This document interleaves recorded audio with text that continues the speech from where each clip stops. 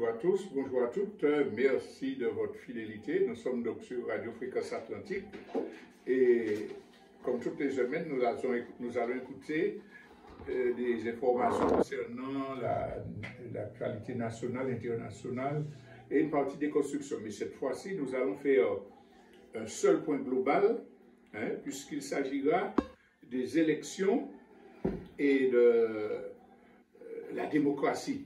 Donc, cela va nous amener à parler d'une part des élections législatives en France et chez nous, mais d'autre part de réfléchir sur la question du rapport entre les élections et la démocratie.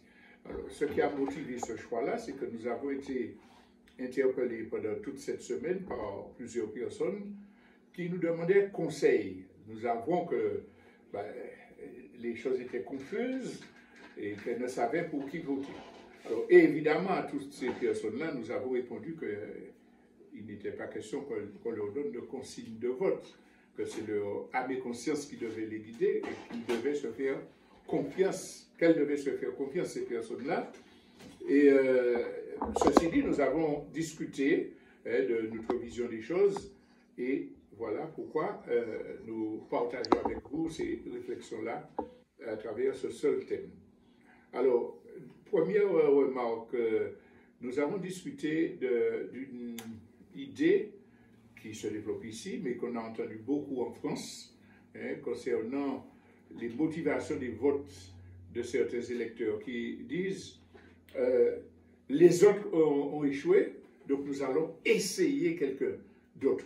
Nous allons essayer notre courant. Certains disaient même dans les émissions en France, on va essayer soit le RN, soit l'RFI, soit LFI. Donc on voit bien qu'il s'agit de gens qui n'ont pas de choix fondé sur les convictions, sur la connaissance des enjeux, des programmes, mais sur l'espoir qu'ils seront plus ou moins bien représentés. Donc, ce thème-là, nous devons vraiment nous arrêter quelques secondes dessus, puisque ce que ça traduit, c'est que les gens ne se font pas confiance, en leur expérience, en leur intelligence, et qui pourtant pourrait leur donner des réponses beaucoup plus objectives que le simple mandat confié à quelqu'un qu'on ne connaît pas. Donc cette thèse que certains ont essayé, d'autres ont échoué. Mais pourquoi ils ont échoué?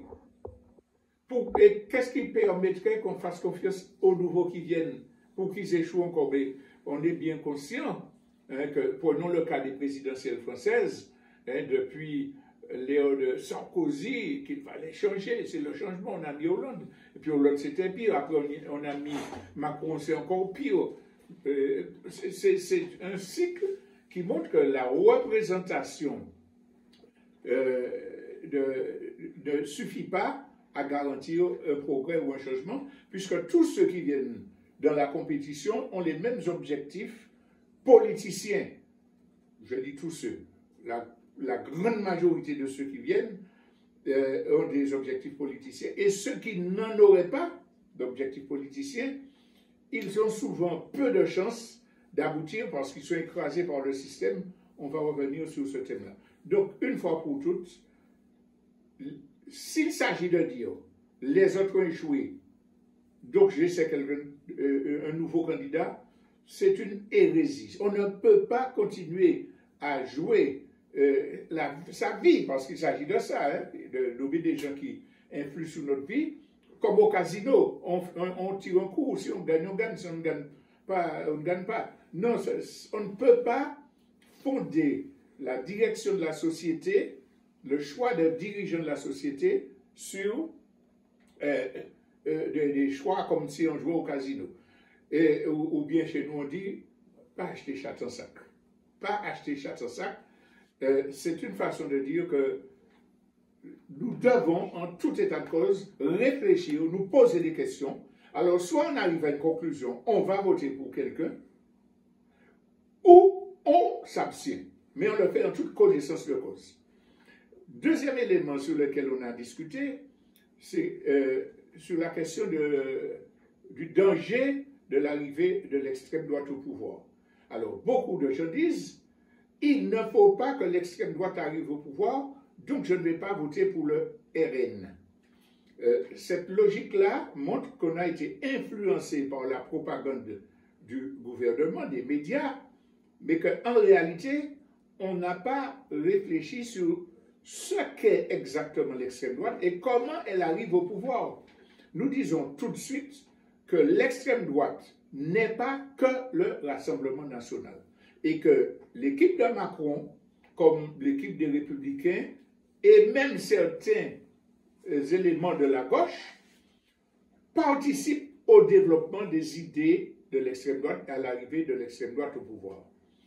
Nous l'avons dit depuis les présidences antécédentes à Macron, qu'il y avait un jeu de la bourgeoisie qui consistait à utiliser ce qu'ils appellent la droite républicaine pour préparer l'arrivée de l'extrême droite au pouvoir. Des idées pour fasciser la société. La bourgeoisie, donc, diabolisait c'était le Front National et maintenant le Rassemblement National, pour que ses plus fidèles soutiens, les républicains, gardent le pouvoir, parce qu'ils les contrôlent, parce qu'il y a des liaisons financières entre eux, etc. Donc ils diabolisaient le Rassemblement National pour qu'il ne leur fasse pas concurrence. Mais en même temps, ils voulaient que les idées du Front National se développent. Et petit à petit, quand elles étaient banalisées, ils les reprenaient. Hein? On a vu que le thème de l'immigration est devenu commun à toutes les formes de droite sous la même forme. C'est le rejet, les idées xénophobes, les points de vue sur les questions internationales qui expriment le suprémacisme occidental. Toutes les idées que disait ouvertement le Front National et maintenant le Rassemblement National sont devenues monnaie courante et sont exprimées sans état d'âme par les équipes de Macron, etc. Avec peut-être un peu plus d'hypocrisie. Donc, l'arrivée de l'extrême droite au pouvoir est orchestrée par les bourgeoisies et les multinationales dans tous les pays occidentaux et européens en particulier. Le Rassemblement national n'est que des outils qu'ils utilisent, mais ce n'est pas le vote pour ou contre le Rassemblement national qui va arrêter la dynamique de fascisation de la société et de la domination des idées d'extrême droite. On a vu comment Ciotti est passé allègrement du côté du Rassemblement national. Ce n'est qu'une petite illustration de l'osmose entre les deux courants. Donc, c'est la deuxième chose sur laquelle on voulait insister, c'est que combattre le danger de l'extrême droite n'est pas combattre un parti en particulier, c'est combattre des programmes, des projets, des conceptions globalement exprimées dans une grande partie de la classe politique française. C'est cela. Alors, bien entendu, concrètement, comme il y a des représentants du Front National qui sont dans les élections, et qu'il est normal que les forces antifascistes se mobilisent et que l'on soutienne les forces antifascistes contre le Front National, mais cela ne s'arrête pas là.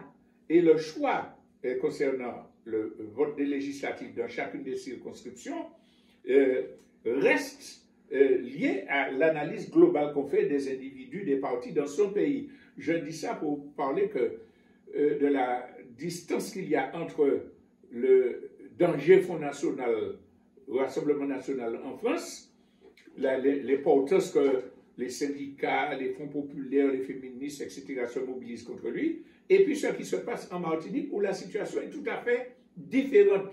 Ce n'est pas le vote à défaut pour combattre le Front National en Martinique qui va empêcher la fascisation en France, mais surtout qui va nous aider à résoudre les problèmes de la Martinique. Je vais revenir sur ce point-là tout à l'heure. Donc c'était le deuxième point sur lequel je voulais insister.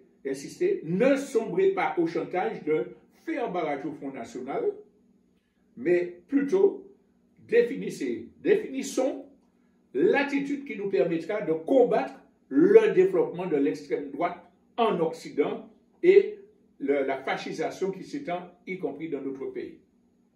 Donc ça, c'était le deuxième point. Le troisième point, c'est que beaucoup de gens se font encore des illusions, alors qu'ils disent que tous les élus sont pareils, etc., que rien ne change. Beaucoup de gens se font encore des illusions sur la possibilité d'agir dans le Parlement français pour régler les problèmes de la population ou les problèmes de la colonie martiniquaise. Il nous faut sortir de ce rêve-là, de ces illusions-là, une fois pour toutes. Et c'est ce qui va déterminer les choix que nous ferons, soit de voter, soit de ne pas voter, de voter pour tel candidat ou tel autre. Il nous faut comprendre que quand la bourgeoisie a fait sa révolution et qu'elle a organisé son système de domination politique, elle a prévu toutes les barrières nécessaires dans sa constitution, dans sa constitution et dans son système électoral pour empêcher que le système ne soit attaqué. En fait, vous avez vu tous que sous le règne de Macron, et en particulier d'Elisabeth Borne, mais pas la seule, il y a eu une inflation de 49,3. Ça veut dire quoi? Ça veut dire que le Parlement peut babiller, des millions de gens peuvent manifester contre une réforme scélérate, mais il y a un article de la Constitution qui permet que on passe sur tout ça et que la loi rejetée, décriée, soit appliquée. Donc il y a le 49.3 qui est là encore. Mais j'ai encore un peu découvert les vertus de l'article 16 il n'y a pas longtemps, parce que des journalistes disaient que l'entourage de Macron discutait de savoir est-ce que, en cas de vrai débâcle, il va démissionner ou bien il va utiliser l'article 16 pour s'octroyer les pleins pouvoirs. Ça veut dire que dans la Constitution soi-disant démocratique républicaine française, il y a un article pour dire qu'un individu, pardon, celui-là même, qui a renvoyé 577 je crois, députés élus par le peuple pour 5 ans, au bout de 2 ans, ouais, elle disparaissait, je refais des élections dans 3 semaines, cet individu-là dispose du pouvoir, en s'appuyant sur l'article 16, de capitaliser toutes les décisions. Ça veut dire que si la majorité qui est là est ingouvernable, M. Macron peut dire, en vertu de l'article 16, je déclare que je vais gouverner dans telles conditions, c'est moi qui décide tout seul, sans personne, sans aucun contrôle. La dernière fois, ou la seule fois peut-être, où l'article 16 a été employé, utilisé en France, c'est après les attentats de l'OAS, l'organisation d'extrême droite, qui avait mené des attentats contre du temps du général de Gaulle. Et donc c'est la seule fois où ça a été appliqué. Mais c'est là, et c'est applicable. Ça veut dire que dans cette constitution, l'individu Macron, rejeté, vomi par la population, peut dire, en fonction de cet article-là, je décide seul et personne n'a rien à me dire. Alors, il est vrai qu'il a 2 mois où il est totalement libre et que les députés peuvent intervenir auprès du Conseil d'État pour demander d'enlever ou de maintenir, c'est justifié, c'est pas justifié. Mais pendant ce temps-là, qu'est-ce qu'il va se faire?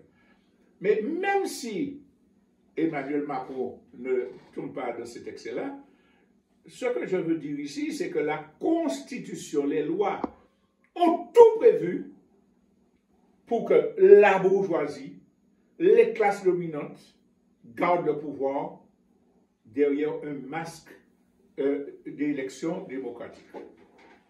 C'est clair, c'est net, et donc il ne nous faut pas faire d'illusions sur cette affaire-là pour dire dans quelles conditions nous allons défendre la présence de députés au Parlement français.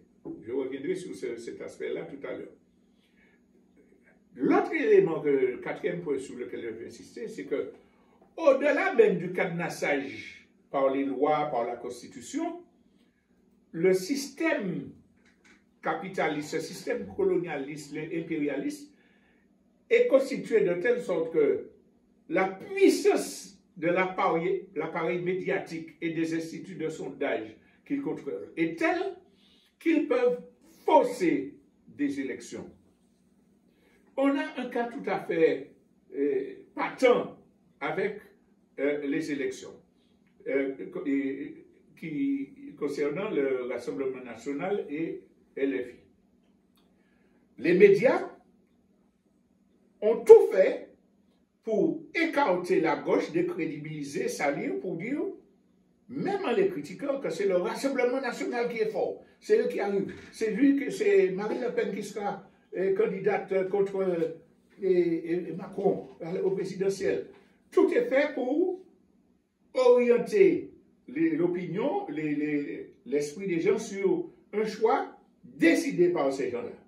Parce qu'ils savent qu'après, ils pourront jouer sur le front républicain pour pouvoir éliminer les concurrents du Rassemblement national et puis rester au pouvoir. Mais c'est grâce aux médias qu'ils font ça. Les sondages sont une arme de manipulation massive. Est-ce que vous avez entendu une seule fois, pendant toutes ces années-là, les sondeurs annoncer le nombre de personnes sur qui ils ont fait l'enquête? Quand on vous dit 39% des Français vont voter pour Le Pen, 60% sont pour Macron, etc. Normalement, la loi devrait obliger tout sondeur à communiquer le nombre de personnes qui ont été consultées pour arriver aux conclusions qu'ils présentent. Parce que, chers amis, chers auditeurs, vous savez que la plupart de ces sondages-là sont faits sur 800 000, au gros maximum 1500 personnes, pour donner une opinion sur 67 millions de Français. Et en plus de ce petit panel réduit, les sondages sont faits parfois par téléphone. Excluant donc tous ceux qui n'ont pas de téléphone. Les sondages peuvent être corrigés. Ça veut dire que même quand on a sur ce petit échantillon des résultats, les sondeurs peuvent dire oui, mais il faut corriger, on peut faire 1 ou 2% de plus par là. Il faut tenir compte des variations des données que eux choisissent d'arrêter pour pouvoir corriger les sondages. Et puis, enfin, il y a une marge d'erreur admise de 2 ou 4%. Alors, quand, par exemple, certains sondages vous disent que le Rassemblement national est à 37%, et puis que le LFI est à 27%, 28%, ça veut dire que, avec la marge d'erreur qu'ils admettent, rien ne peut dire qui va gagner vraiment, mais le sondage sert quand même à développer dans l'idée que les gens qu'ils ont choisis, ou ceux qu'ils veulent expulser, eh bien, s'inscrivent dans un schéma qu'ils ont décidé, non? S'inscrivent dans le schéma de pensée des gens qui vont lire les résultats des sondages.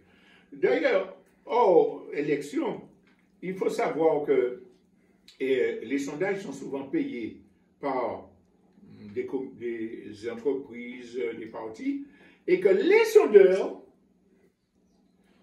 arrangent les questions ou les chiffres de façon à faire plaisir à ceux qui ont payé les sondages. Donc c'est une arme de manipulation massive. Tant que vous n'aurez pas entendu dire 10 000 personnes ont été consultées dans telles conditions pour garantir que toutes les couches de la population sont effectivement représentées, c'est de la propagande. Donc, on a parlé de ce 4e point du poids de l'appareil médiatique et des organismes de sondage pour truquer le résultat. Alors, cas de figure, pour ces élections législatives. On a atteint un niveau de propagande fasciste qu'on ne peut pas imaginer. Enfin, vous avez entendu qu'on a inventé l'histoire du viol antisémite.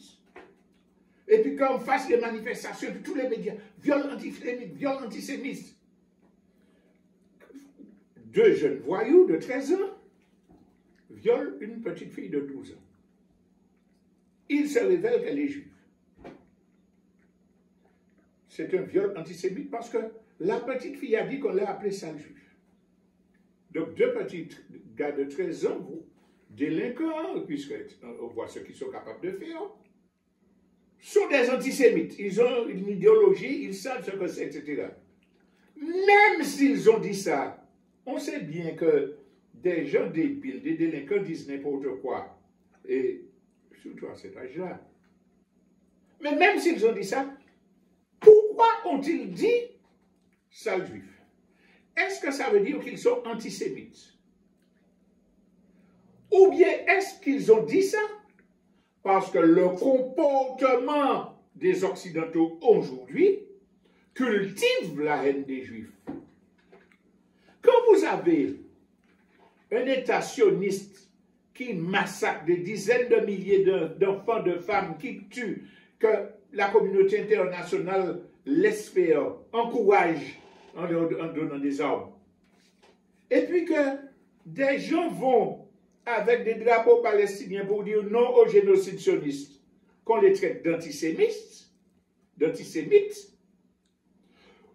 on développe l'antisémitisme. Parce qu'on met dans l'idée de l'opinion que ce sont tous les Juifs unis qui font les crimes de Netanyahou, les crimes abominables. Et cela développe la haine, permet que des gens qui seraient éventuellement antisémites trouvent un terreau pour propager l'antisémitisme. Dans ce cas-là, la question du viol antisémite d'une enfant a été massivement employée. Quand on viole une petite chrétienne, on ne dit pas viol chrétien, quand une petite blanche, viol anti-blanc. Quand on viole les enfants en Afrique, on ne dit pas viol antiraciste. Non, on ne dit pas ça. Quand les soldats de l'ONU violaient des petites haïtiennes pendant qu'ils étaient là, en Haïti, on ne disait pas viol anti-nègre. On a sauté sur ce drame-là, on a instrumentalisé comme des charognards cet acte abominable, il est vrai, il faut le dire, pour faire de la politique politicienne. Tous ceux qui sont antisémites vont violer des petites filles de 12 ans. Et tous ceux qui soutiennent, qui ne se disent pas antisémites, qui nous donnent l'occasion de dire qu'ils sont antisémites, eh bien, il faut les rejeter. LFI est antisémite. Depuis quand LFI est antisémite, c'est de la manipulation fasciste. LFI, Mélenchon ne sont pas antisémites. C'est une désinformation machiste, une désinformation fasciste plutôt. Mais oui, mais tous les médias, LFI. Et puis alors, ils sont tellement antisémites qu'ils n'ont pas dit que le Hamas est terroriste. Voilà le niveau de manipulation fasciste. Mais n'empêche que tous les gens qui ont une âme sensible, tous les gens qui sont écœurés par le viol d'une fillette de 12 ans, vont hésiter à mettre un bulletin pour l'antisémite de LFI et pour Mélenchon antisémite. On parlait de la puissance de la manipulation médiatique. Voilà un exemple très clair. Et il agit non seulement sur la population, mais même sur la classe politique de gauche. Puisque Glucksmann, le Parti socialiste, a exigé des autres formations de gauche que dans le programme commun du Front populaire, on mette une condamnation du Hamas et puis qu'on envoie dos à dos les sionistes israéliens. Alors, les élections législatives en France sont faussées. Elles sont faussées parce que les médias manipulent, montrent des formes, appellent à l'émotion. Alors, heureusement quand même qu'il y a des réseaux sociaux, heureusement qu'il y a des résistants qui font que le peuple français qui a subi Macron ne se laisse pas piéger dans son immensité. Et c'est pour ça qu'on a pratiquement égalité de chance entre le Rassemblement national et le nouveau Front populaire. Les choses évoluent. J'ai insisté sur ça pour dire que élection ne signifie pas démocratie. Élection ne signifie pas souveraineté populaire. Cela est global pour tous les pays occidentaux, pour la France et pour nous qui sommes soumis au même système en tant que colonie. Et c'est là que je vais parler de la situation chez nous. Parce que quand on voit les candidats qui sont présentés, qui se présentent, évidemment, les partis politiques, dans leur stratégie naturelle, vont se positionner, choisir des bons, des mauvais candidats. Ça, c'est le jeu de la démocratie bourgeoise. Mais on voit que beaucoup de personnes individuelles annoncent leur candidature.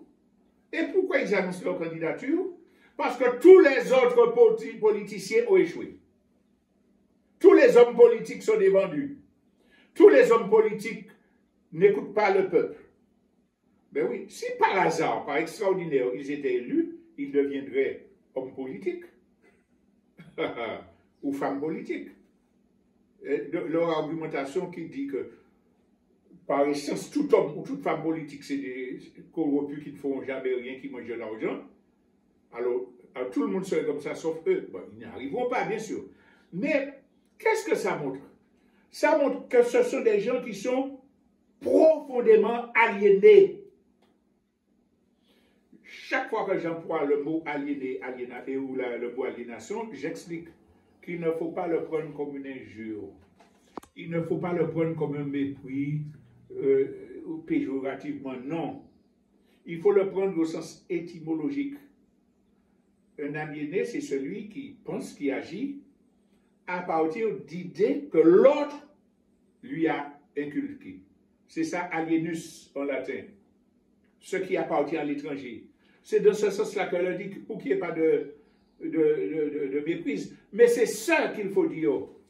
Parce que des gens qui viennent dire, moi, Jacques, moi, Eulalie, je décide que je me porte candidat à la députation pour représenter la Martinique, je serai la voix de ceux qui souffrent, je ferai ce que les autres ne font pas en ne réparant pas les tuyaux, etc. C'est une forme profonde d'aliénation parce qu'on se pose en tant qu'individu, en tant qu'élite, capable de changer le monde, parce qu'on est élu, parce qu'on deviendra député. Alors, quid de mes connaissances et de mes compétences? Je veux être député. Pour être député, il faut avoir une formation d'économie, il faut avoir des formations, des connaissances en matière législative. Il faut être formé. On ne devient pas député quand on n'a pas de connaissances politiques, idéologiques suffisantes pour mener bataille dans un sens ou dans l'autre. Comme moi, qui n'ai jamais milité dans un parti, dans une institution, je décide que je pourrais faire ce que tous les autres ne peuvent pas faire. Sur quelle base? De quel groupe je vais siéger? Parce qu'il y a des groupes. Et tout seul, si je ne suis pas dans un groupe, je ne ferai absolument rien. Je ne pourrai absolument rien. Alors, avant d'appeler un électeur à voter, je dois dire, je vais siéger dans tel groupe. Parce que l'électeur, à ce moment-là, aura une information sur ce que ce groupe-là a fait, ce qu'il fait, ou ce qu'il n'a pas fait, ce qu'il n'aurait pas dû faire. Pourquoi je ne donne pas cet élément-là? Alors je serai comme un électron libre à errer dans les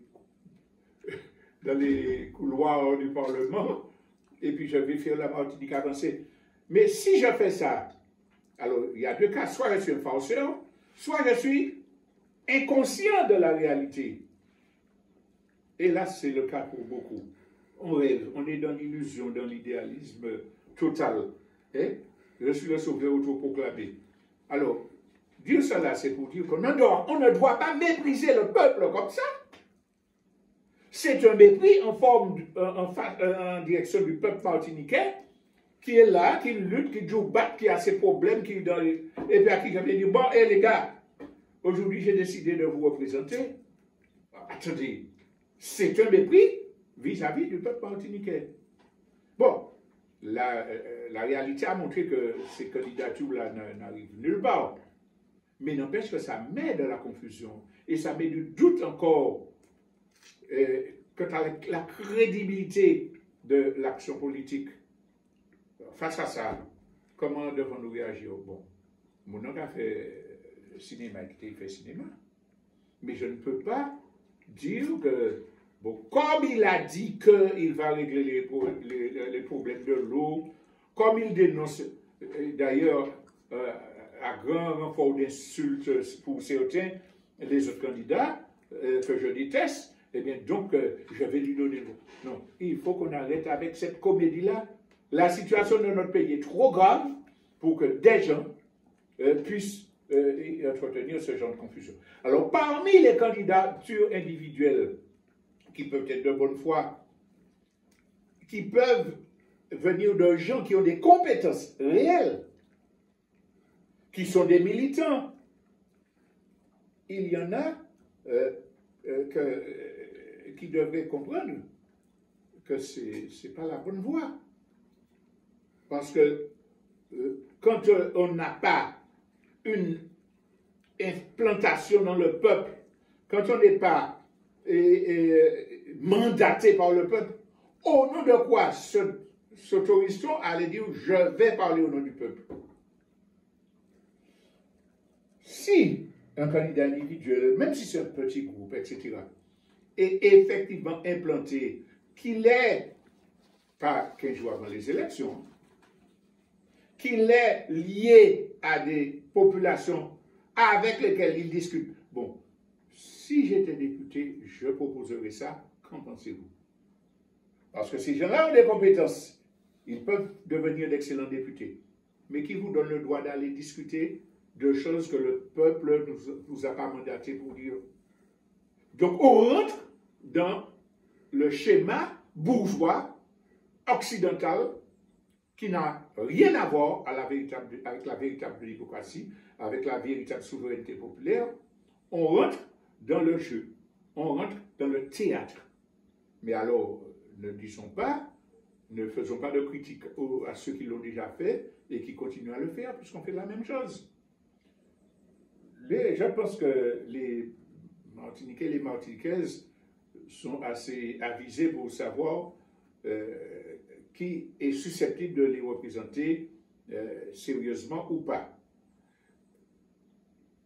Donc, dans ces élections-là, comment devons-nous nous comporter?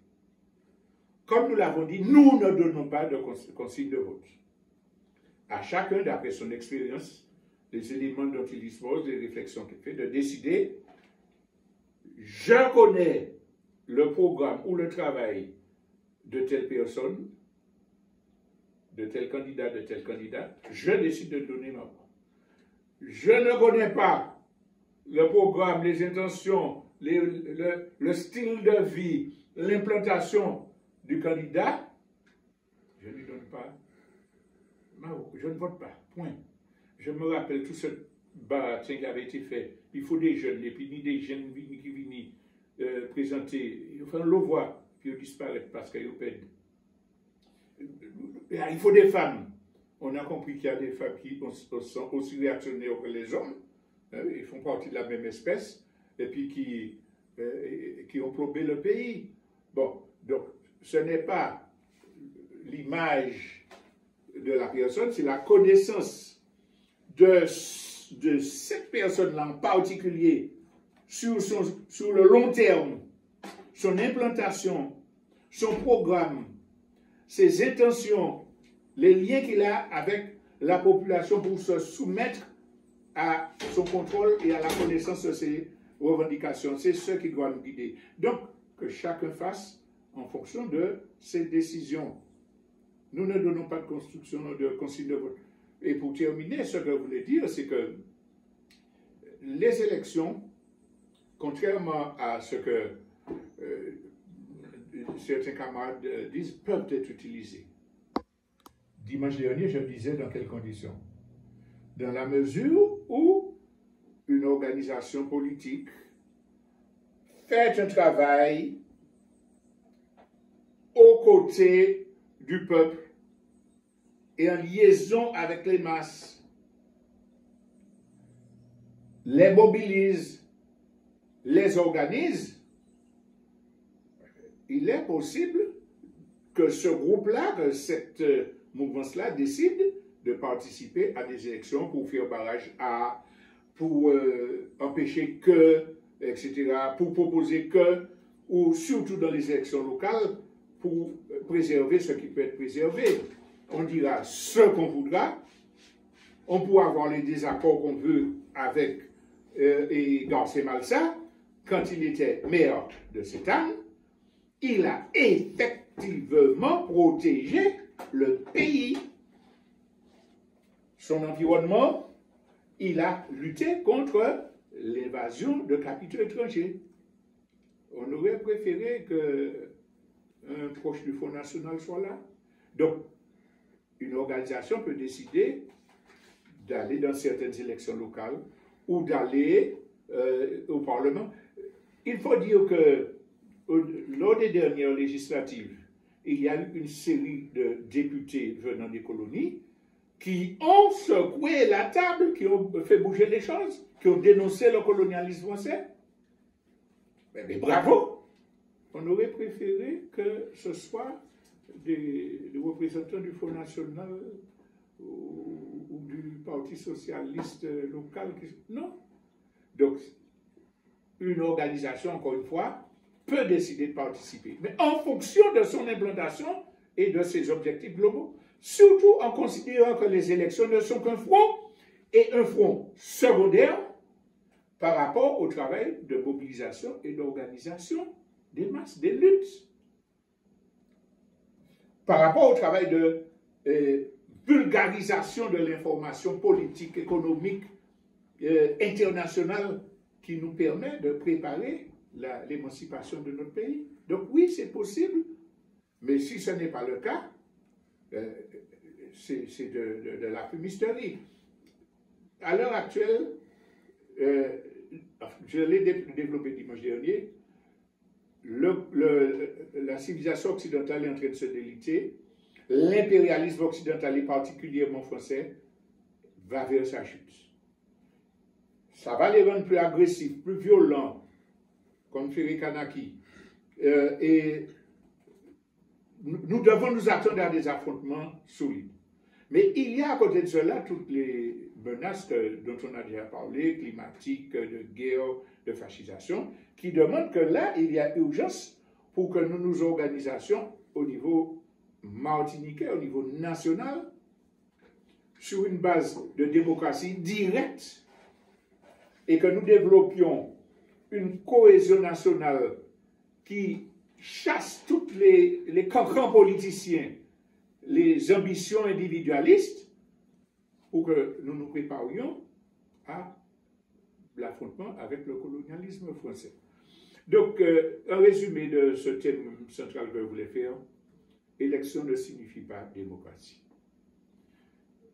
Élection et démocratie doivent être construites en rupture et en opposition avec le système qui les a instrumentalisés.